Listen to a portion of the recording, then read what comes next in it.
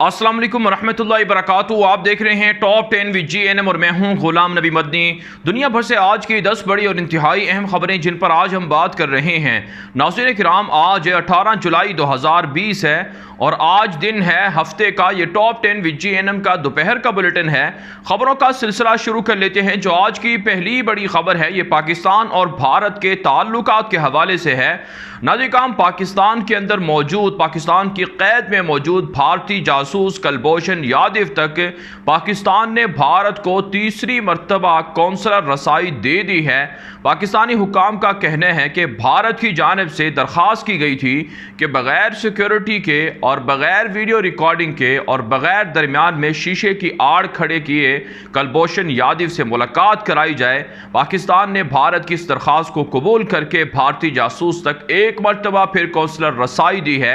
इससे पहले नाज़रीन 2 दिन कबल भी भारत को दूसरी बार कौंसलर रसाई दी थी, लेकिन भारतीय सफारतकारों ने कुलभूषण यादव से बात तो नहीं की और ना ही उनकी कोई बात सुनी और कहा कि माहौल अच्छा नहीं था, इसलिए मुलाकात नहीं हो सकी। नाज़रीन, पाकिस्तान के अस्करी माहिरीन का मानना है कि कुलभूषण यादव को जल्द से जल्द फांसी दी जाए ताकि भारत की मौत वाक़ई हो जाए। कुलभूषण यादव भारत का जासूस है जिसे वो छुड़वाने के लिए, आज़ाद करवाने के लिए हर मुमकिन कोशिश कर चुका है। यहाँ तक कि पाकिस्तान पर हमलों की भी प्लानिंग कर चुका है, लेकिन कुलभूषण यादव को नहीं छोड़ा गया और पाकिस्तान के खुफिया मकाम के अंदर रखा हुआ है। और हमारी इतलात ये हैं कि बहुत जल्द कुलभूषण यादव को फांसी दी जा सकती है। इसके अलावा नाज़रीन, कुलभूषण यादव पर जो जराइम हैं वो तो आप जानते ही हैं कि किस तरह से कराची के अंदर, बलूचिस्तान और दीगर पाकिस्तानी शहरों में रॉ के एजेंटों ने कुलभूषण यादव की सरगर्दगी में या सरबराही में कितना कत्ल आम किया है। आगे बढ़ लेते हैं काम। जो आज की दूसरी बड़ी खबर है ये चीन और भारत के मबैन जंग और तनाज़े के हवाले से है। नाज़रीन, हम आपको अपडेट कर रहे हैं कि भारतीय मीडिया और भारतीय हुकूमत झूठ बोल रही है। जंग बंद नहीं हुई है और ना ही चाइना ने फौजें पीछे हटाई हैं, बल्कि फौजें दोनों तरफ से बढ़ाई जा रही हैं। जंगी साजो सामान भी पहुंचाया जा रहा है। आज एक ताज़ा तरीन खबर सामने आई है कि भारत ने समंदर के अंदर नई खतरनाक मशकों का ऐलान कर दिया है, बल्कि शुरू भी कर दी गई हैं और ये नई मशकें दरअसल चीन के खिलाफ की जा रही हैं। इसमें भारत के तमाम जो समंदरी हथियार हैं उन्हें आजमाया जा रहा है, इस्तेमाल किया जा रहा है। आप दोज़ें शरीक हैं और समंदर के अंदर से जो भारत मिसाइल फायर करता है उन सब का भी तजर्बा किया जा रहा है। जंगी तैयारियां जारी हैं, जंगी मशकें जारी हैं, जिसका वाज़ेह मकसद और हदफ ये है कि भारत चाइना पर प्रेशर डाले और चाइना को बावर कराए कि समंदर के अंदर उनके रूट को भारत रोक सकता है। लेकिन चाइना ने कहा है कि अपनी फ़ौजें पीछे नहीं हटाएगा। जितनी चाहे समंदरी मशकें भारत कर ले या फिर भारत अमेरिका और ऑस्ट्रेलिया और जापान वगैरह के साथ मिलकर जितनी चाहे बालामार जैसी मशकें भी कर ले, तब भी चाइना फ़ौजें पीछे नहीं हटाएगा। 5 शराइतें चाइना ने रखी हुई हैं भारत के लिए, जब तक उन पर अमल नहीं होगा तब तक फ़ौजें पीछे नहीं हटेंगी। हमारी इतलात ये हैं कि रोज़ाना की बुनियाद पर दोनों अतराफ से जंगी साजो सामान में इजाफा हो रहा है। आगे बढ़ लेते हैं काम। जो आज की तीसरी बड़ी खबर है यह अफ़गानिस्तान से है।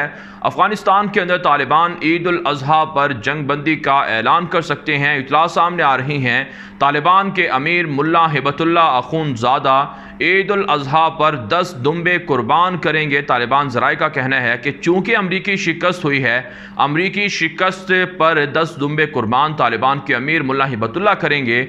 इसके अलावा तालिबान ने इज्तिमाई कुर्बानियों के लिए लोगों को कह दिया है और तालिबान की जानिब से जहाँ जहाँ उनके इलाके हैं वहाँ पर वो इज्तिमाई कुर्बानियाँ करेंगे ताकि मुस्तहिकीन तक कुर्बानी का गोश्त पहुँचाया जा सके। साथ साथ ईद उल अज़हा खुले आम जो ईदगाहें हैं, मैदान है, वहाँ पर अदा की जाएंगी। तालिबान ने कहा है कि इस ईद पर लोग खुशियाँ मनाएं क्योंकि ये ईद 19 साला जंग के बाद एक आज़ादी की ईद है जिसमें जालिमों को भगा दिया गया है और अफ़गान कौम को जीत मिली है। तालिबान ज़राए के मुताबिक मुल्ला हिबतुल्ला अखुंज़ादा और इसी तरह से दीगर जितने भी बड़े बड़े कायदीन और लीडर हैं उन सब की जानिब से अमरीकी शिकस्त पर बड़ी बड़ी कुर्बानियाँ की जा रही हैं। आगे बढ़ लेते हैं काम जो आज की चौथी बड़ी खबर है, ये भी अफगानिस्तान से है।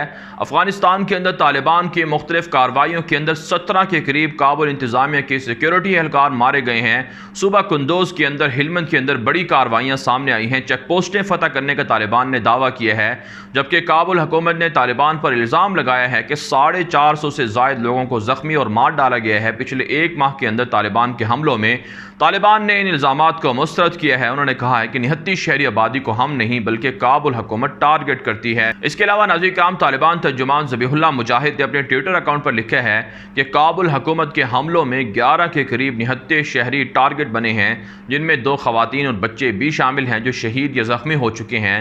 तालिबान मुसलसल काबुल हुकूमत के खिलाफ ऑपरेशन कर रहे हैं ताकि वो 79 शहरी आबादी को टारगेट ना करे। इसके अलावा तालिबान ने इंतबाह दिया है कि अगर काबुल हुकूमत 79 शहरी आबादी को टारगेट करने से बास ना रही तो फिर बड़े बड़े फौजी मराकज़ और फौजी छावनियाँ काबुल हुकूमत की उड़ा दी जाएंगी। आगे बढ़े जाए काम जो आज की 5वीं बड़ी खबर है, ये भारत से है। भारत के अंदर, दिल्ली के अंदर फसादात हुए थे जिसमें मुसलमानों को ज़्यादातर नुकसान पहुंचाया गया था और मुसलमानों की अमलाक को, मसाजिद को, दुकान को लूटा गया था, उन्हें तबाह कर दिया गया था। इस हवाले से भारत के अंदर अक़लियती कमीशन की एक रिपोर्ट ताज़ा तरीन शाया हुई है, जिसमें कहा गया है कि भारतीय पुलिस भी दहशतगर्द गुंडों के साथ थी जिन्होंने दिल्ली के अंदर मुसलमानों पर जुल्म किया। 11 मसाजिदें शहीद की गईं और 3 मदरसों को नुकसान पहुंचाया गया। एक दरबार को भी तबाह कर दिया गया, दरगाह को भी नुकसान पहुंचाया गया। साथ साथ मुसलमानों की अमलाक को, घरों को आग लगाकर उनको नुकसान पहुंचाया गया। कब्रिस्तान तक को नुकसान पहुंचाया गया। इसके अलावा इतला सामने आ रही हैं कि भारतीय पुलिस को बुलाया गया था कि वो इन फसादात को रोके, लेकिन वो भी हिंदू दहशतगर्दों की मदद करती रही। RSS के गुंडे, BJP के गुंडे सरेआम मुसलमानों का कत्लेआम करते रहे और इसमें वहाँ की इंतज़ामिया भी मुलव्वस थी। नाज़रीन काम, इसमें कोई शक नहीं है, भारत के अंदर काले कवानीन को लाया गया और फिर कोरोना आ गया और अब भी मुसलमान घरों में हैं। एहतजाज हुआ था मुसलमानों के ख़िलाफ़, अब भी बड़े बड़े वहाँ पर फसादात की प्लानिंग की जा रही है ताकि मुसलमानों को निकाल दिया जाए। इसलिए मुसलमानों को मुत्तहिद होकर, बेदार होकर मोदी की दहशतगर्द हुकूमत के ख़िलाफ़ लड़ने के लिए खड़े हो जाना चाहिए ताकि उनका मुस्तकबिल या ताकि उनको वहाँ से कोई ना निकाल सके। आगे बढ़ लेते हैं काम जो आज की छठी बड़ी खबर है, ये भी भारत से है। भारत के अंदर अयोध्या में राम मंदिर को तामीर किया जा रहा है। मुतनाज़ा राम मंदिर, जिसे बाबरी मस्जिद को शहीद करके बनाया जा रहा है, इस हवाले से कई बार इसकी तामीर रोकी गई है। हमारी इतलात ये हैं कि बार बार मोदी की हुकूमत परेशान होती है कि अयोध्या मंदिर को तामीर कैसे किया जाए। मुसलमान हमले करते हैं, फिर कुछ नागहानी या आसमानी या अल्लाह ताला की तरफ से कुछ ऐसी आफतें भी भारत के हिंदुओं पर नाजिल होती हैं कि वो अयोध्या मंदिर तामीर नहीं कर सकते। ताज़ा तरीन इतला सामने आ रही हैं कि 2-2.5 महीने की जो उस पर काम का सिलसिला था, बंद हुआ था, अब दोबारा से मोदी को बुलाकर राम मंदिर को तामीर किया जा रहा है।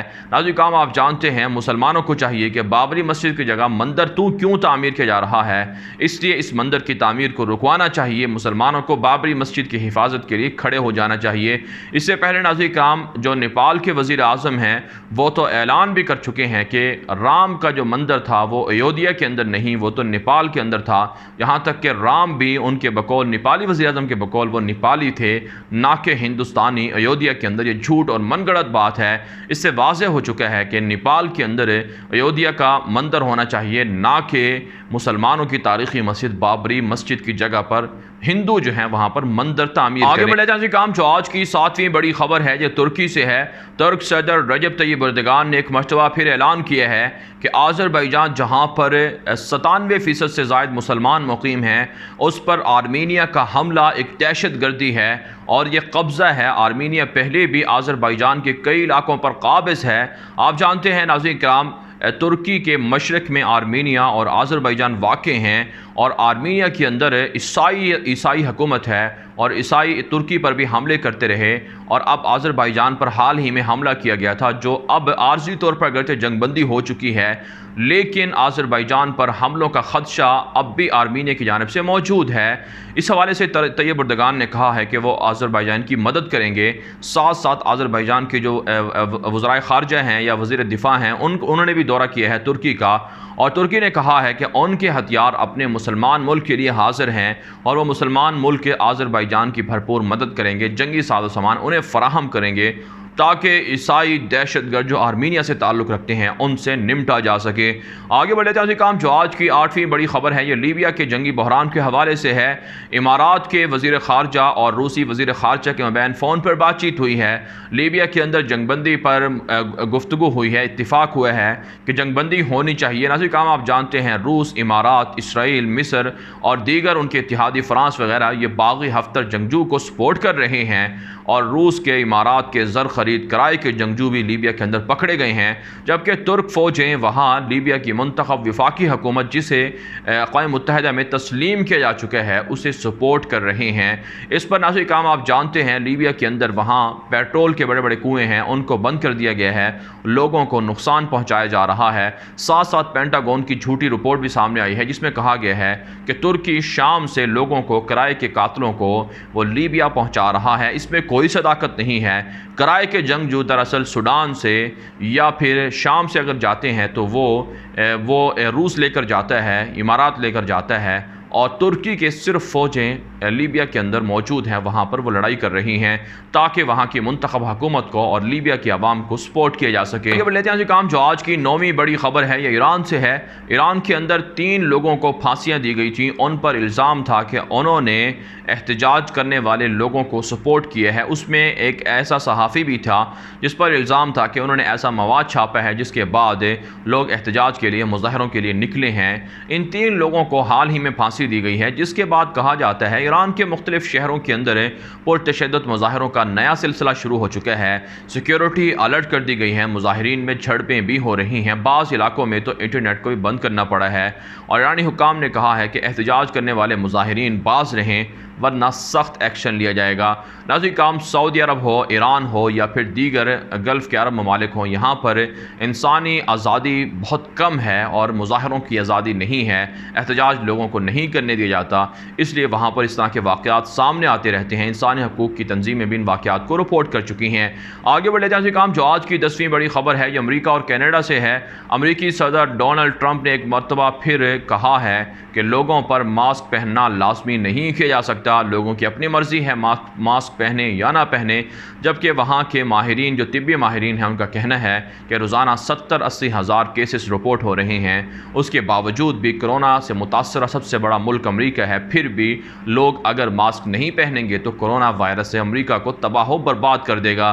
जबकि नाज़रीन काम कनाडा से इतलात मिल रही हैं कि एक सुपर स्टोर के अंदर वहाँ एक गाहक ने, कस्टमर ने मास्क नहीं पहना, जिसके बाद झड़प हुई वहाँ के सिक्योरिटी एहलकार के साथ। बाद में वो उस कस्टमर को पुलिस मुकाबले के अंदर मार दिया गया है।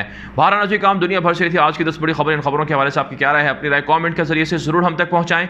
आज के लिए इतने ही, इजाज़त दीजिए। अल्लाह हाफ़िज़।